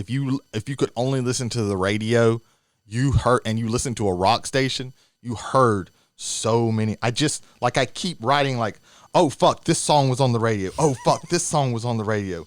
Yeah, like I will, like there was nothing. The one song that I could find nothing fucking positive with was "Sin with a Grin." That is one of the worst songs I've listened to. I'm sorry if you like it. I'm sorry, but like the lyrics of this were so, and some of the names of these songs make my eyes roll. There are like some of the cadences in some of the guy. Like I really think like song number 8 was a solid song. Mm-hmm. It feels a little bit like Pantera Cemetery Gates in parts, that's a positive connotation. That's a really good When you say fucking song. again, when you say song, you mean What a Shame? What a shame. Yeah, I'm sorry I didn't write any of the names on these. I did the bare minimum effort, if you cannot tell. But I've ranted, and I don't want to like take over all of this, so I will let Devour is a okay song. Stolen Like a Foreign Soul makes no goddamn sense though. One thing that I did, I'm sorry, I said I'd let somebody else, but the last thing I want to mention is that like the one thing that I really noticed was like how basic the drumming was. It was very basic and not a lot of drum fills, and if he did a drum fill, it was like a couple of seconds, and I'm like, come on, man, you can give me something a little bit more. I did not like this album, but I listened to it and I tried to be as honest as possible and find positive things. There are like some cadences in there, but a lot of this like was very basic to me and I didn't like it at all. And again, I hope I'm not crushing your soul or making you feel too bad about your choices. These are honest reviews from you, and I will accept that. I can accept that. If you want to come back and like give me shit about something, I'll I can understand that some music isn't for everyone. Like what you were saying with how you enjoyed Meatloaf's Battle of Hell, but it just wasn't your kind of thing. I can understand if this is similar to that. Yeah. Jay. Yeah, so my first note is because I looked him up. The drummer on this album is Barry Kirch. Mm-hmm. My note is great drummer, unsung drummer, one of the best drummers in rock today. What the fuck? Did we listen to the same album? Yes, we did. One of my negatives for this album is very blunt. Like there's no metaphor to any of this. Subtlety of a brick to the face. That's an overstate. I wrote. It's an overstate. It's not the most blunt album I've ever listened to, but it is a very blunt album, and he keeps up with the rhythm on all of these songs throughout all of this. There are very few, in my opinion, I'm going to use this term, there are very few butt rock drummers that keep up with their shit. I'm glad you said it, not me. I'm saying it. Barry Kirch is the drummer on this album, unsung hero of rock and roll. I am 100% serious on that. When you said that, I was like, "Oh!" You gave me a look, and I was like, I could see his face. I don't know what that. I don't know what that look is. I agree with you. I kind of agree with you. My first note for Devour was great. Which, by the way, I meant to ask you this, Ethan. Did you do drums in high school? I did a little bit of percussion. In middle school and high school. Like for me, that was one of the things that I felt like might have resonated with you. This because again, like I loved the drums throughout the entire of this, keeping up the rhythm with all this. Like with Devour, good drum to start might be the concert opener for this band. No matter what album they have out, like Devour might be the first one. It's like let's get everybody up, and those drums build up into that song. Like it will invoke energy in anyone that listens to it. My one problem with that song is the chorus is the word devour 15 times. Over and over. Yeah. That's one of the more songs that I listen to on the road, just windows down and all that. Yeah. I like the energy of that song. Yeah. That is one of the songs that I like that energy. The drums start that energy out and they keep it going, in my opinion. Like, again, I'm saying it. Like, also, the drum crash at the beginning of Cry for Help I thought was really good. And just the drumming throughout that song. I have that on here in my notes. Second Chance was, to me, the best radio play song that was on there. Again, it goes to the bluntness that Crow and the Butterfly, to me, is just like, you're trying to make a point and you're trying to be kind of soulful with this, but it's too much. Mm-hmm. The vocals, I think, were a little bit too much for me. If you only knew, the bridge to the last verse really worked well in there. But again, like this is a weird thing to say. Repetitive verses, verse, chorus, verse, chorus. Like when you think in that way, or at least when I'm thinking that way, I think it doesn't kind of work there. Sin with a Grin, the only note I had is eye roll title. Mm-hmm. And double eye roll title for Cyanide, Sweet Tooth, Suicide. Yeah, that one was. These are all not my cup of tea. They just aren't. They're not my 5-gallon bucket of tea. Yeah. I mean, it's just the way it is. What a shame. I put this down as plus minus because the first time I said this is Bob Seger as sung by Shinedown. And then as I continued to listen to the song, it was like, this is Pearl Jam as if sung by Shinedown, specifically Even Flow. Again, depending on the mood you're going into this album, for me, it could be a positive or a negative for that. Like, just kind of depends on what angle you come in on that. Unlike Jody's album, which I thought got worse over time, I think actually the back two tracks, which I believe are Breaking Inside and Call Me, if I'm correct, I really love those. I actually love the way the album closed out because I think they got away from the bluntness and he just started singing and they just started playing and it felt a lot more natural. Mm-hmm. Again, I think the back end of that was better. I didn't overall hate this, but like he said with Bat Out of Hell, this is not. I'm not looking for Shinedown. It was better than I expected it to be, but it's still not something that I think would ever come up on my stuff. But there is some talent in this band, and one of them is Barry Kirch, who is I think an unsung drummer. I feel in like rock and roll. I would like this band better. I compare them to like Godsmack. If the singer went the fuck away, and the band found somebody else. And maybe somebody else to write the lyrics and stuff like that, I think I would like them a little bit better because I like a lot of the backing vocals in this. Although I did see like most of the songs were written by two people, I think I would like them better. It's the singer that I really don't like. I think I would like him better if he just wasn't like if every song didn't feel like he was punching me in the face with the message in the song. Like Second Chance to me works. Because he kind of lets himself fall back and let the song actually sing. Yeah. Same thing with like again those last two songs. I just felt they let that come out and let that be good. I feel like Call Me and Breaking Inside, like you said. I think those were the two standout tracks on this album. Where just like everything felt so natural with it. Like he was allowing the instrumentals to come in as he added to it, especially with "Call Me." Like, I think that's probably my favorite one on the album. There you go.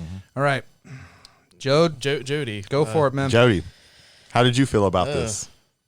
I'm going to I overstepped because you weren't finished talking about Bad Out Hell earlier. I actually started into the I need to invoke a dissertation.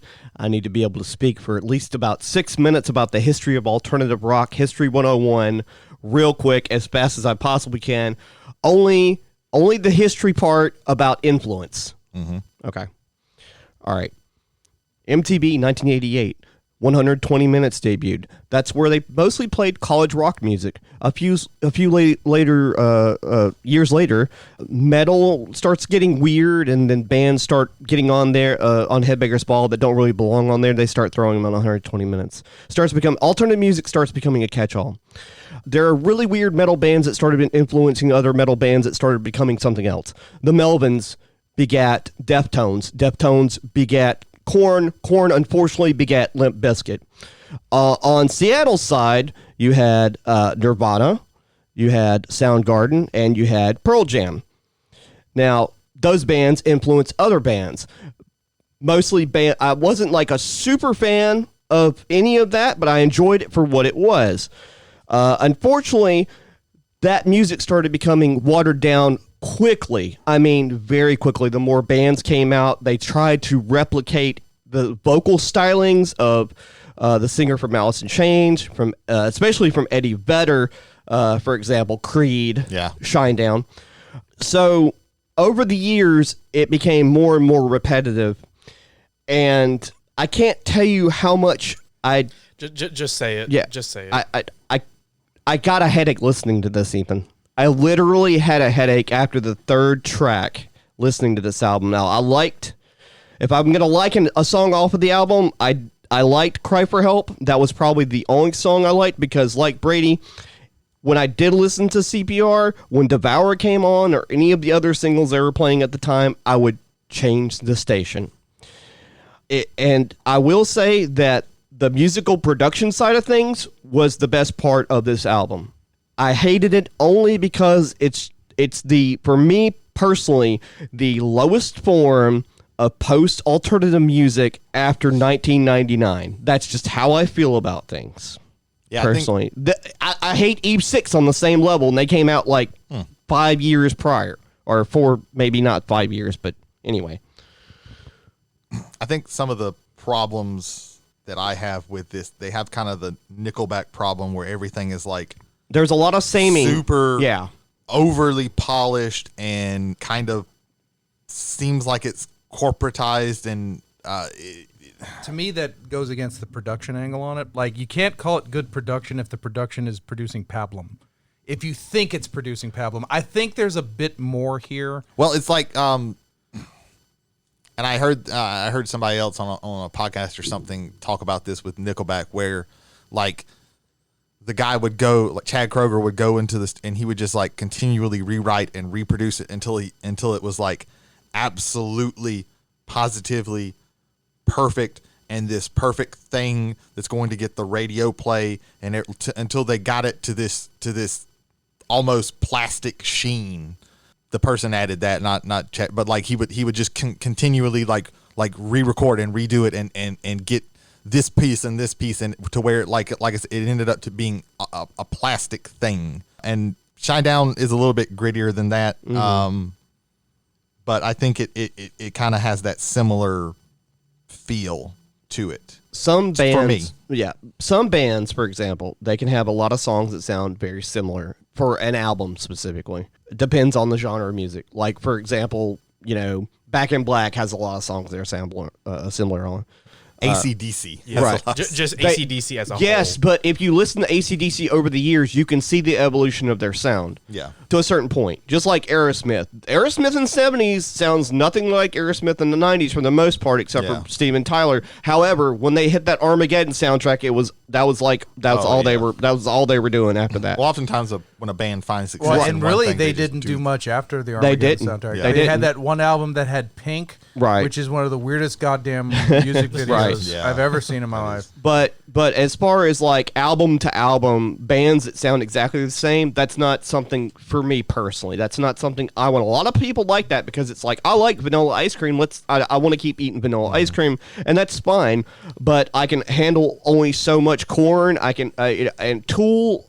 I again, you know, I prefer a Perfect Circle over Tool because they sound different to themselves compared to, like, you know, album of Tool. And a lot of people, Tool fans will argue that's fine. Every music is subjective, just like any other art form. But then there's some Tool fans. Like 10 years ago, I would have gotten insulted by you saying that. This entire segment is based off of the idea that this is a subjective medium. Yeah. And what is cherished by one may be looked at different by others. Right. Maybe liked, maybe disliked, maybe loathed. I mean, it's one of the things we walked into in this segment. So that's very true. Yeah, I will say, like, if you get, like, again, for all of these, I tried to have the lyrics up, and luckily for 2 of these, Amazon like had the lyrics, and I could just watch the lyrics as they go through. I had to do a little bit more for Secret Machines, but that's fine. Seeing the lyrics and what the songs are about and everything, I get how this could like speak to somebody, right? Especially if they're going through certain things when they first listen to this. I have that same thing with me, you know. There are songs that I felt, you know, I have been in certain moods and certain things have been happening to me, and I've listened to the same song over and over because it reaffirmed that mood, and me wanting to wallow in that mood, and like I get this. I want to ask Ethan real quick. Ethan, when was the first time you heard Shinedown? The first time I could like vividly remember hearing Shinedown was I was with my dad and we were driving to. What was your age? Do you remember about how old you were? I was probably around. I'd say I was either around 8 or 9, but that was when I didn't really know that much. That's super early. Yeah. But you know, the reason why I asked you that is usually for a lot of people, at least for a while while they are still growing, you know, somewhere between 10 and 20, like whenever, you know, you hear something and it really affects you in that way. And, you know, that can be any band, that could be any movie, really, you know, that you have that, you know, they're fans of everything, really, you know. Yeah, I will say, like, that's for me with Bat Out of Hell. I heard it for the first time when I was 11 years old, going to the Ocean Springs Pizza Hut to eat pizza with the family. And Hot Summer Night was on my cousin Julie. We were driving in her car, and that song Hot Summer Night was on. That was the first song that I ever picked up on for Bat Out of Hell. And then I finally got around to literally years later, like 2 or 3 years later, finally going back to Bat Out of Hell and listening to it, and just being absolutely mesmerized by it. Yeah. So, like, I don't see it either as a plus or a minus when it comes into your life. Right. It's how it comes into your life and what effect that had on you. The first rock song I ever heard was Cheap Trick, Surrender, and I still love that song to this day. Yeah. I'll go to it every once in a while, you know, because I have that like memory and that attachment to it. That's great. And like I said, I have songs that like have come to me in certain periods of my life where I have they evoke a very strong emotional response. There's some songs that like I was in a certain mood when I was constantly listening to them, and like I said, wallowing in that mood that I really can't, like, I still have them. Can't go back to. I still have them on my phone, but you can't go back to them. But it's really hard for me to go back to them because they bring up those very visceral memories. There's a specific Nine Inch Nails song that I can't go back to because of a breakup. There's a specific Metallica song for me, but I get this. I didn't enjoy this listening to this album, but if it means something to you, like, I'll be honest, like 10, 15 years ago, I would really shit on you for liking this because I would have too, actually. No, because I was an asshole. Same. And I thought like things that I like are perfect and good and great, and I am great because I like these things. I had an elitist mentality. I was very elitist about this, and I've really worked hard to not have that. Same. You know. Same. I still don't like what I don't like. Same. And I will rip it the fuck apart, but I don't like think down on people or anything. Still have to put it in the window of, this is my opinion. I'm not hating you for listening to this. Yeah. I would probably on think you. you're a garbage person for liking this. Right. No, the only thing I don't feel that way anymore. The only thing I can see in my head now is 15 years ago, Brady just tearing into a 6-year-old me over this. Yes, I would have punted your fucking ass. Like in my head, I've got like Brady like breaking into a kindergarten room. I go, "Where's that shit boy? Shit boy!" Fucking Sound of Madness? What the fuck is wrong with you, you piece of shit? 4 out of 5 headaches, Ethan. And Ethan's like, "They called me a shit boy, and then he said his shine down was bad, and I started to cry, and then my teacher beat the shit out of him because he's like, 'What are you doing in my classroom, you 16-year-old fuck? You went to a fucking hardcore fucking elementary school, man.'" So yeah, so that is the last of our albums. That's so very cathartic. The Yeah. very end of that. There. Hopefully- Anytime you can call a friend of yours a shit boy, and it's all about a fucking Yeah. pantomimed fake history that never happened. But next- now it did. The next volume for the mixtape, volume 2, will be like fucking forever. Next time it will be a 3-song playlist. All the songs will be picked by one person, Oh God! and we will just do that. We will see you in the year 2020 never. And that'll be that for all time. we were able to discuss these albums and still remain friends, even though we Right. disagreed. Right. Some of us very vehemently. Why do you think I gave Ethan a cup of water? Yeah. Why do you think I let him? We made him go last so that Yeah. he didn't just shit on all our Yeah. stuff out of hate. You are Not saying that you would do you are that, but that was. 100% Oh, he would have done it. You are Yeah. 100% wrong about Barry Kirch. Unsung fucking hero of rock. We are listening to two complete. No. We are living in two fucking realities. Yeah. I feel like a lot of what you do is to just be fucking contrarian to me sometimes. Oh, and then he called me a shit boy. He says I'm a contrarian. That's you. That's how dumb you sound. Yeah, we all chose these albums to share with each other because they mean something to us. We care We were about very them. vulnerable. What a mistake. Yeah. We revealed our. You wanted blood sports, motherfuckers. If you thought we were too nice on this podcast, What about a four-way versus mode? That has never been in the podcast feedback. okay. Us being nice has never been Well, in we're there. usually very definitely not. cordial about Normally, things. We're yes. honest. We're not nice We- to each yeah, other. What's we- nice? We, Yeah, fuck we that shanked cordial That's and true. fucking left him to die in an alleyway. Very true. Game of Thrones style. Yeah.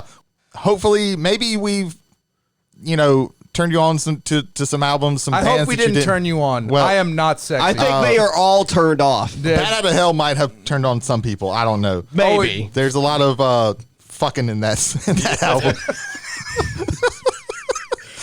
There's a lot of depression in mine. Yeah. Wait, I don't know. I don't want to think about what's in my. let's go with one word, Jaren's. Fucking was a good one. Depression was good. What's yours? Ethan, decide it for him because you liked it just as much. Didn't you like sad? Yours is sad. It is Yeah. very sad. Did you like how you just like wonderfully just like this was the best thing that was on there, and then he just shits in you. He just Shits in you? shits. I don't want him to shit in me. Stop shitting in Ethan. Ladies and gentlemen, Travelers on the Omnibus does not condone shitting in anybody. Please don't do that. That's how you get a viral infection. Yeah, Now you get I've a lot of now I've all got to the add. infections. Now I've got to add that to the disclaimer at the beginning. Yeah. Just So keep we adding got- stuff. We're gonna have like a 20-minute disclaimer. Yeah. Welcome to disclaimer and also Travelers on the Omnibus. I've made the joke But as before. I've been trying to close out Shit in this Ethan. fucking show, Stop shitting in Ethan. we've been going for almost 2 goddamn hours. I Let's figured. finish I was this about thing. to ask. Music is important. Music can bring up a lot of feelings, and we've all picked albums that we liked and wanted to share with each other because they made us feel feelings, and feeling feelings is good. And maybe we have, given you some suggestions for you to go out and try some of these albums, some of these bands. Maybe you haven't heard of, maybe you have. Maybe some of this stuff you're like, God, these people have terrible taste. I don't know, but hopefully we've let you, expose you to some stuff that you may not have been exposed to before. Like teen fucking. There's like a 8-minute song about teens fucking. With baseball commentary. Whiskey and Wrestling is a podcast about two men who drink and then have to watch wrestling content and have to deal with the fact that it's all really bad right now, except that one women's match at the end of Raw where they did a super cool move and it was awesome, and you should check that out. Rhea Ripley got her ass whooped. What was that 16 Minutes Jericho shit show that was? That didn't happen. That didn't happen. I'm taking that out of reality and putting the Brady barging, 16-year-old Brady barging in on 6-year-old Ethan during elementary school, telling him shit about Shinedown. That's a good exchange. That's good. Yeah, no, I'm okay. Yeah, I'm good with that trade. I'll unfortunately accept it. It'd be like the end of Hot Tub Time Machine, where the wife is just like, "You remember when a dude called me when I was young and like yelled and cussed at me?" Like, Whiskey and Wrestling. Michael Hill and Jason Holder take you through a week's travails and traversals in the world of wrestling, while also giving you fine ideas about what whiskey and/or other high spirits to be drinking. And that is Whiskey and Wrestling, where all good podcasts can be found. Silence of Cell Phones is a podcast done by Jared Hubbard and Kevin Shelton. Shelton. Yeah, we remember you, Kevin. You did, specifically. Yes. They talk about movies and TV shows in the works at the moment. They give you recommendations of what you should and should not watch.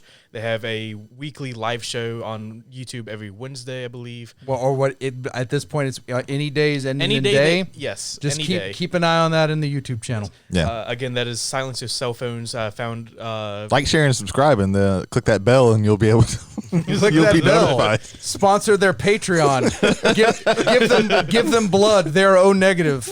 Just send it in the mail. Put it in an Raycon envelope. Shadow Legends. Yeah, there's nothing illegal about that.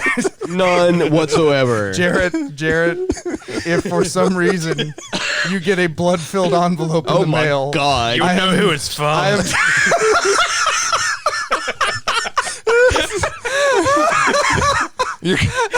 That is the perfect lead-in for Fearology.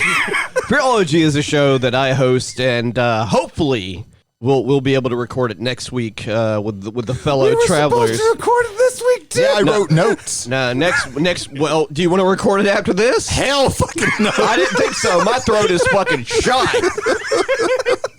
We're gonna be talking. Hopefully, we'll be talking about J horror and K horror at some point in the future, whenever we fucking get time. That is Colin horror and Colin horror. That is Like, comment, and subscribe. Japanese. Send your blood in a and manila Korean envelope. horror. Blood might be involved. Manila envelopes are the only legal way to. Fearology is my own podcast about the history of horror that I host whenever I have time to record and upload. Don't send him O negative. He needs AB positive. Oh, It's on Anchor and Spotify. There's 5 episodes I think they're on. I can't remember right now. I've lost all train of thought. In fact, our train has been off the tracks for a while now. Yeah, we're coming into the station pretty soon. We're in the station. We're in the station. We're literally Let me out of this motherfucker! I've opened up. They have post office boxes. The station. My head's out the window. I opened it. I'm crawling out. I opened it, and there was envelopes filled with blood. The emergency exit won't open. What the fuck? The driver's passed out. We're gone. Brady, thank Greg, please. So if you ever want, if you're ever in Goshen, Mississippi, and you want to get a board game, Magic cards, Pokemon cards, they got puzzles and shit too. Puzzles and shit. You might have to cut that. I don't know. No, leave that in. No. You want puzzles? You want shit? Go on by down. McNarb Gaming on Highway 90 in Goshen. And thank you, Greg, Thank you, for Greg. Thank you, Greg. providing us with this space to Do something. do something. Do things. Remember, To McNarb Gaming, slowly lose our minds. where you can buy and play at the same time. Yes. It's the same time. Like, comment, and subscribe. Yes. Send your blood in a Tupperware. And then Why did you have to get Tupperware involved? Okay, this has been Travelers on the Omnibus. I am Brady Davis. I'm Jody Kite. I'm Ethan Skinner. I'm, for lack of better terms, James McCarthy. Hey, Brady, did you know that a mother's best friend is her son? Oh. Next Join us time. next time for our review discussion of the movie Psycho. I like the part in the movie where they take all the blood and they put it in an envelope. Starring Vince Vaughn. No! You son of a bitch! I'm pulling the plug!